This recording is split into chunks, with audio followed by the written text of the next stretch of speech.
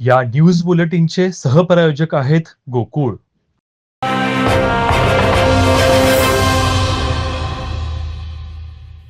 वैद्यकीय क्षेत्रामध्ये अद्ययावत तंत्रज्ञान आणि लोकांसाठी दर्जेदार सुविधा उपलब्ध होणं गरजेचं आहे. सरकारी त्याचबरोबर खासगी तत्वावरील चांगल्या सुविधांचा सुद्धा पुरस्कार आणि प्रोत्साहन केलं गेलं पाहिजे, असं मत सार्वजनिक आरोग्य आणि कुटुंब कल्याण मंत्री प्रकाश आंबेडकर यांनी व्यक्त केलं.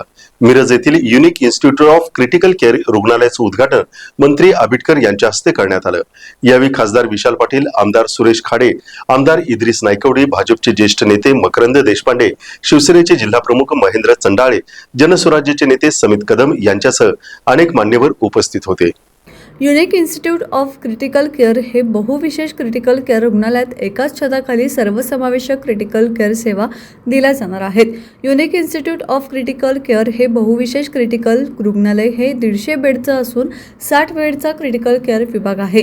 विविध आधुनिक सुविधा या रुग्णालयात 24 तास अत्यावश्यक सेवा दिली जाणार आहे. डॉक्टर दिलीप टकले, शिरीष चव्हाण, शिशिर गोसावी, सानिका प्राणिक, शबाना मुजावर, विनोद परमशेट्टी, रियाज उमर मुजावर, सूरज तांबोळी, सोमशेरवर पाटील, विक्रमसिंह जाधव, अमित गाडवे, अमित जोशी, कदम, गौरव फले, भास्कर प्राणी, जय धवल, भोमाज, श्रुती परमशेट्टी या मिरजेतील 45हून अधिक तज्ज्ञ डॉक्टरांनी एकत्रित येऊन unique institute of critical care हे बहुविशेष क्रिटिकल केअर रुग्णालय सुरू केले.